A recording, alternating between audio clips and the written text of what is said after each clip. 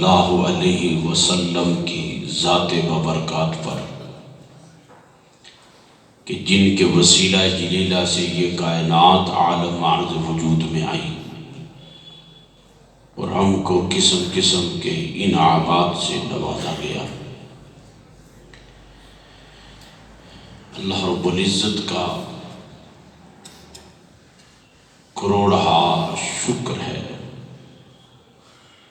کہ اس نے ہمیں اسلام اور ایمان جیسی عظیم دولت سے مالا مال فرمایا۔ اللہ رب العزت حضور رحمت عالم صلی اللہ علیہ وسلم کے توسل سے اللہ ہم سب کے ایمان اور اسلام کی سلامتی عطا فرمائے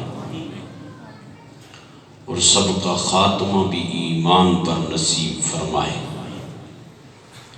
چند باتیں گزشتہ جمعۃ المبارک پر عرض کی تھی۔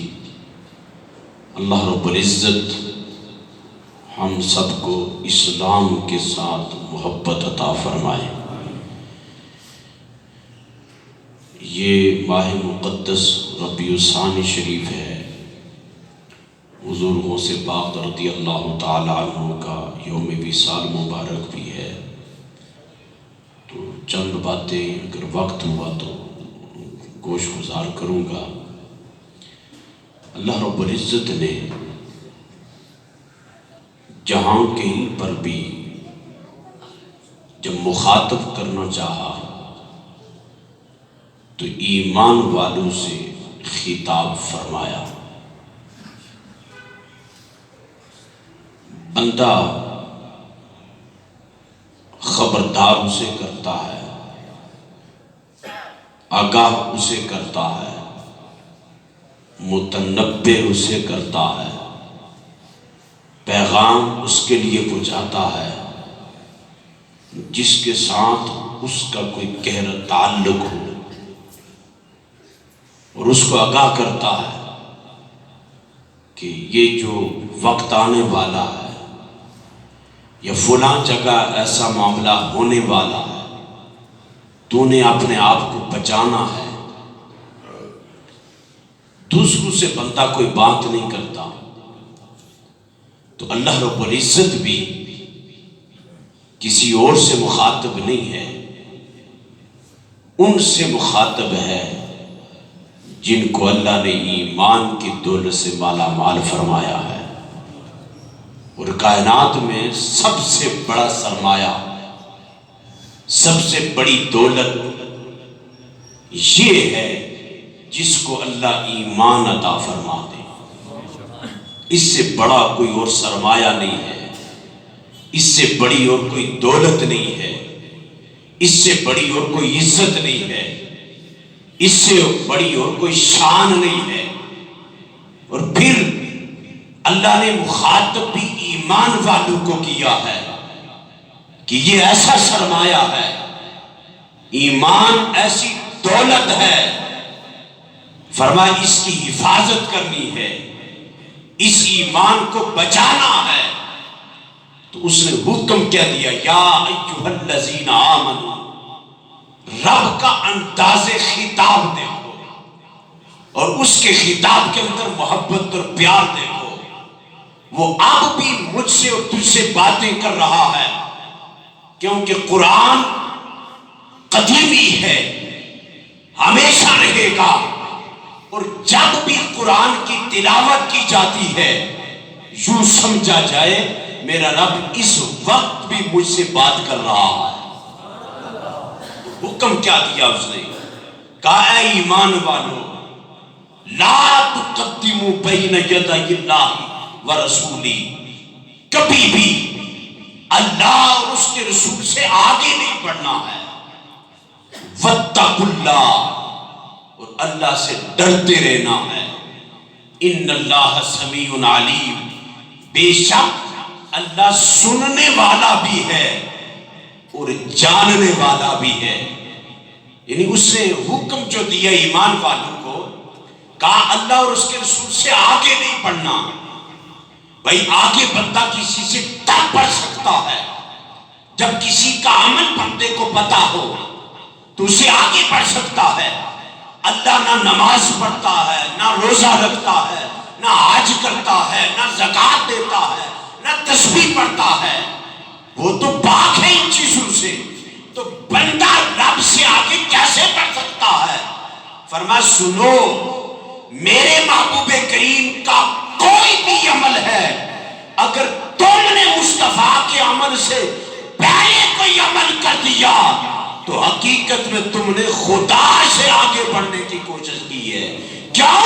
فرمایا میری بات اور میرے یار کی ایک بات ہے، اس میں کوئی فرق نہیں ہے. میری بات اور میری یار کی ایک بات ہے. کیوں؟ میں جب بھی بولتا ہوں تو زبان مصطفیٰ سے بولتا ہوں. میں جب بھی گفتگو کرتا ہوں تو محبوب کی زبان سے کلام کرتا ہوں. ورنہ میری اور میرے یار کی ایک بات ہے. توجہ کرنا، یہ آیہ مبارکہ نازل کب ہوئی؟ جب 10 ذی الحج کو چند صحابہ کرام نے حضور علیہ السلام کے جانور قربانی کرنے سے پہلے جانور قربان کر دیا، اور حضور علیہ السلام نے ابھی جانور قربان نہیں کیا تھا. اللہ رب العزت نے صحابہ کی تربیت کے لیے اور اصلاح کے لیے قرآن کی یہ آیت نازل کر کے کہا جو میرے محبوب سے آگے بڑھے، پیش قدمی کرے، تو فرمایا اس کا کوئی عمل بھی قبول نہیں ہے.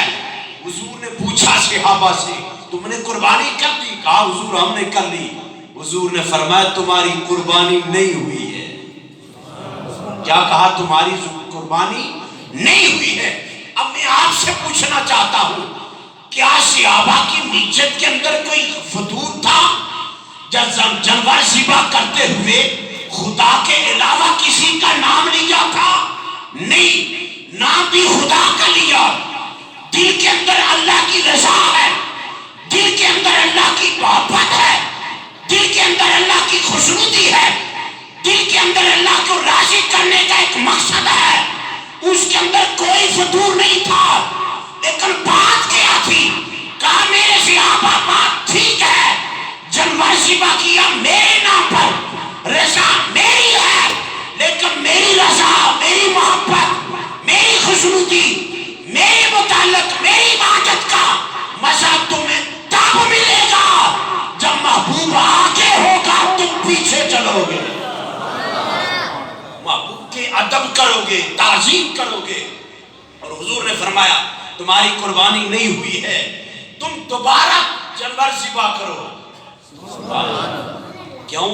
فرمایا اس وجہ سے کہ تمہیں اللہ کی طبیعت کا پتہ نہیں ہے، اللہ کی مزاج کا تمہیں پتہ نہیں ہے، اللہ کس عمل سے راضی ہوتا ہے. فرمایا جو میں کرتا جاؤں گا. شریعت کیا ہے جی؟ شریعت ہے کیا؟ اسلام ہے کیا؟ ایمان ہے کیا؟ محبت ہے کیا؟ ہمیں جو کچھ سکھایا ہے دین نے کیا سکھایا؟ فرمایا جو مصطفیٰ کریم کرتے جائیں گے تم پیچھے کرتے جاؤ گے، شریعت بھی بنتی جائے گی، عبادت بھی بنتی جائے گی. اس کے علاوہ عبادت نہیں ہے. تو جو یہاں یہ ایک اور مقام پر قرآن مجید میں سورہ بقرہ شریف میں یا ایھا الذین آمنوا لا تقولوا رائنا، اے ایمان والو مت کہو رائنا، مت کہو رائنا. اب صحابہ کرام رائنا کہہ کر حضور کو مخاطب کرتے، حضور ہماری رعایت فرمائیے، ہماری طرف توجہ فرمائیے، ہماری طرف نظر رحمت فرمائیے. لیکن جو یہودی تھے وہ اس لفظ کو مروڑ چڑوڑ کر بیان کرتے تھے. ہے قرآن کا لفظ، توجہ، ہے قرآن کے الفاظ ہیں، لیکن یہودی گستاخی کے طور پر یہ لفظ استعمال کرتے. اور صحابہ کرام کو جب غضب ہوتا، غصہ ہوتا تو آپ کہتے کہ تم یہ لفظ کیوں استعمال کرتے ہو؟ وہ آگے سے کہتے وہ تو گستاخی کے معنی میں استعمال کرتے تھے، صحابہ عجب کے معنی میں استعمال کرتے تھے. تو جو لفظ ایک ہے، ہے رائنا، را الف عین اور نون الف، رائنا لفظ ایک ہے، لیکن جب یہودی پکارتے رائنا کہتے تھے، گستاخی کے طور پر لفظ استعمال کرتے، معنی دونوں کا الگ الگ ہے۔ جب صحابہ کرام کو غصہ آتا ان پر، ان کو کہتے تم یہ لفظ استعمال کیوں کرتے ہو، تو وہ پتہ آگے سے کیا کہتے، تم بھی تو رائنا کہتے ہو نا، پھر وہاں خاموش ہو جاتے۔ ایک دن حضور کی مجلس لگی تھی، عرض کرتے ہیں حضور کی بارگاہ میں صحابہ، یا رسول اللہ یہودی اس لفظ کو گستاخی کے معنی میں لے کر استعمال کرتے ہیں، ہم تو ادب کے معنی میں استعمال کرتے ہیں، حضور یہ الفاظ ہمارے ہاں تو ٹھیک ہے لیکن وہ اس کو صحیح طریقے سے استعمال نہیں کرتے۔ اتنی دیر میں جبریل آ گئے اور آ کر حضور کو اللہ کا پیغام سنایا، فرمایا محبوب انہیں کہہ دو رائنا تم نے نہیں کہنا، رائنا تم نے نہیں کہنا، تم ایمان والے ہو نا، تم صاحب ایمان ہو، رائنا نہیں کہنا۔ عرض کی حضور پھر ہم کیا کہیں؟ آواز آئی اللہ کی طرف سے جبریل کے ذریعے سے، فرمایا ہم ایسا لفظ دیں گے، ایسا چلاؤ کریں گے، فرمایا جو ان کے پاس اس کا جواب نہیں ہوگا، یہ رائنا کہہ کر گستاخی کرتے ہیں، تم نے نہیں کہنا۔ اللہ کو وہ لفظ بھی برداشت نہیں ہے۔ یہ شان مصطفیٰ ہے، یہ بارگاہ مصطفیٰ ہے قرآن کا لفظ، لیکن جب وہ گستاخی کے معنی میں لے، یہ ادب کے معنی میں لے، تو اللہ نے کہا ایک ہی لفظ ہے، وہ مشترک ہو جائے تو مجھے گوارا نہیں ہے، یا اللہ ہم کیا کہیں؟ محبوب کریم کی طرف سے اللہ نے پیغام بھیجا، فرمایا میرے ایمان والوں کو، ان صحابہ کو بتا دو تم نے رائنا نہیں کہنا، وقول انظرنا کہنا ہے، یا رسول اللہ ہماری طرف نظر رحمت فرمائیے نا۔ کیا کہا؟ انظرنا ہماری طرف دیکھیے نا، ہماری طرف نظر رحمت فرمائیے نا۔ اور ہم یہ جو کہتے ہیں یا رسول اللہ انظر حالنا، یا حبیب اللہ اسما قالنا، ہم نے اپنی طرف سے نہیں کہا، قرآن کے الفاظ سے ہم نے یہ لفظ لیے ہیں، وقول انظرنا، کہا رائنا نہ کہو، انظرنا کہو، پھر آگے کیا کہا؟ واسمعوا، فرمایا توجہ سے سنا کرو، دھیان ادھر ادھر نہ رکھا کرو، میرے محبوب کی بات جب بھی سنو توجہ سے سنو، بار بار دہرایا نہ کرو۔ قلب مصطفیٰ پر اگر گیرام گزرتا ہے، وہ قلب مصطفیٰ پر نہیں گزرتا، رب کہتا ہے وہ مجھے بھی گوارا نہیں۔ یہ صحابہ کرام کا حضور کی بارگاہ میں ادب اور تعظیم تھی۔ اور پھر جب تیسری آیت نازل ہوئی، یا ایھا الذین آمنوا لا ترفعوا اصواتکم، بہت سارے لوگ آ کر باہر سے آوازیں کستے تھے، او محمد باہر آؤ، اس طرح کے الفاظ کہتے تھے۔ اللہ نے قرآن نازل کیا، اور پھر کسی کی آواز بلند تھی، اللہ نے کہا سنو، میرے مصطفیٰ کریم کی وہ بارگاہ ہے، اگر آواز بلند ہو گئی میں یہ نہیں دیکھوں گا اس کی نمازیں کتنی ہیں، میں یہ نہیں دیکھوں گا اس کے چلے کتنے ہیں، میں یہ نہیں دیکھوں گا اس کی تبلیغ کتنی ہے۔ اللہ کہتا ہے میں نمازیں چلے نہیں دیکھتا، میں اگر دیکھتا ہوں تو یار کا ادب دیکھتا، یار کا ادب کتنا ہے، حضور کا اس کے پاس کتنا ہے، یہ میرے محبوب کا ادب کتنا کرتا ہے۔ توجہ کرنا، جب یہ آیت اتری نا تو ثابت بن قیس بن شماس رضی اللہ تعالیٰ عنہ، یہ حضور کے صحابی ہیں، قدرتی طور پر آواز بلند تھی، قدرتی طور پر، ایک تو ہوتی ہے نا ویسے کسی کی آواز بلند ہو، یہ قدرتی ہوتا ہے۔ جب آیت اتری نا انہوں نے کہا میری آواز بلند ہے، ہو سکتا ہے یہ پیغام میرے لیے ہے، میں تو کافر ہو گیا۔ اور بارگاہ مصطفیٰ میں توجہ کرنا، بندے سے گناہ ہو جائے اس کی توبہ کا امکان ہے، صبح ہو گیا شام کے وقت آئے اللہ اسے توبہ کی توفیق دے دے گا، لیکن بارگاہ مصطفیٰ کی بے ادبی ایسی اللہ کو ناگوار گئے، اللہ توبہ کی بھی توفیق نہیں دیتا۔ یہ بارگاہ مصطفیٰ ہے، شعور عقل فہم ادراک چھین لیتا ہے، اسے سمجھ ہی نہیں آتی میں نے کیا کیا ہے۔ وہ تو بیچارہ سمجھتا ہے میری اتنی نمازیں ہیں، لیکن نامہ اعمال میں سب کچھ ختم ہو گیا۔ حضرت ثابت بن قیس اٹھے، گھر میں چلے گئے اور جا کر تالا لگا دیا، اندر بیٹھ کے زاروں کی تار رونا شروع کر دیا۔ صحابہ کرام ایک دو دن گزرے نا تو محبوب کی مجلس میں نہ آئے، آئے حضور کی مجلس میں نہ آئے نا تو حضور نے صحابہ سے پوچھا میرا ثابت کہاں گیا ہے؟ بولو نا، اب ہم تو کسی کو پوچھتے ہی نہیں نا جی، کیونکہ ہماری وہ تربیت جو نہیں ہوئی ہے، بندہ کہاں گیا ہے، کیوں نہیں آ رہا ہے، نماز کیوں نہیں پڑھ رہا ہے، وہ ہمارے ساتھ تھا، کوئی وجہ تو نہیں ہے۔ اصل دین یہ ہے، اصل شریعت یہ ہے کہ جو ساتھ ہے اس کا خیال رکھو۔ دو تین دن ہوئے نہیں آئے نا تو پوچھا میرا ثابت کہاں گیا ہے؟ صحابہ نے عرض کی حضور وہ تو 3 دن ہو گئے ہیں، باہر تالا لگا ہے، اندر روئے جا رہا ہے، روئے جا رہا ہے۔ حضور نے پوچھا روتا کیوں ہے، وجہ کیا ہوئی؟ کہا قرآن نازل نہیں ہوا ہے کہ اگر نبی کی آواز سے آواز بلند ہو جائے عمل ضائع ہو جاتے ہیں۔ کہا وہ اس لیے رو رہے ہیں کہ میری آواز بلند ہے، میں تو کافر ہو گیا۔ محبوب کریم نے فرمایا نہیں، جا کر بلا کے لاؤ تو صحیح نا۔ آپ کی توجہ چاہتے ہوئے بات ختم کرنا چاہوں گا، توجہ کرنا جی۔ صحابہ کرام یہ تالا کھولا، باہر نکالا، زاروں کے تار روئے جا رہے، زاروں کے تار روئے جا رہے۔ کہا محبوب نے یاد کیا ہے، محبوب نے بلایا ہے کہ حضور نے فرمایا 3 دن ہو گئے ہماری مجلس میں تم نہیں آتے، وجہ کیا ہے؟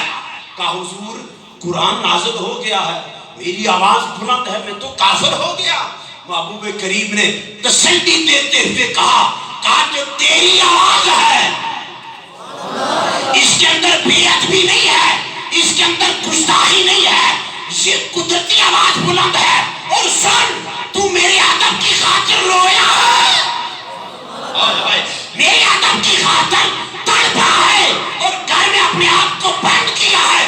سن، محبوب تجھے 3 بشارتیں دیتا ہے، ایک اللہ تیری عمر لمبی کرے گا، اور تھوڑا جا ٹلے بولو بار باز نہ جائے کہ جتھے بولنا ٹلے بولنا نہیں جگہ نہیں ہے، تھت سو بولنے کوئی نہ ہونے، اتھے تے ٹلہ بولنے ہی نہیں چاہیے نا۔ توجہ جی، توجہ، میں تسا کی اعلان کرانا جی، تسا واسطے ویزے سارے انگلینڈ نے تا واہ سبحان اللہ زیادہ ہو سی، ایک جنت میں ٹکٹ نکال کر ہی رہے ہیں۔ توجہ جی، حضور تاجدار کائنات صلی اللہ علیہ وسلم نے فرمایا سنو جی، فرمایا تیری عمر لمبی ہوگی، اللہ اس کے اندر برکت دے گا، اور دوسری فرمایا تو شہادت کے درجے پر فائز ہوگا، تیسری سرکار نے فرمایا تو بغیر حساب کے جنت جائے گا۔ کس وجہ سے؟ حضور کی محبت میں بے ادبی نہ ہو جائے، اس وجہ سے روئے۔ سرکار نے 3 بشارتیں عطا فرما دی۔ اللہ رب العزت حضور تاجدار کائنات صلی اللہ علیہ وسلم کا ادب اور تعظیم کی توفیق نصیب فرمائے۔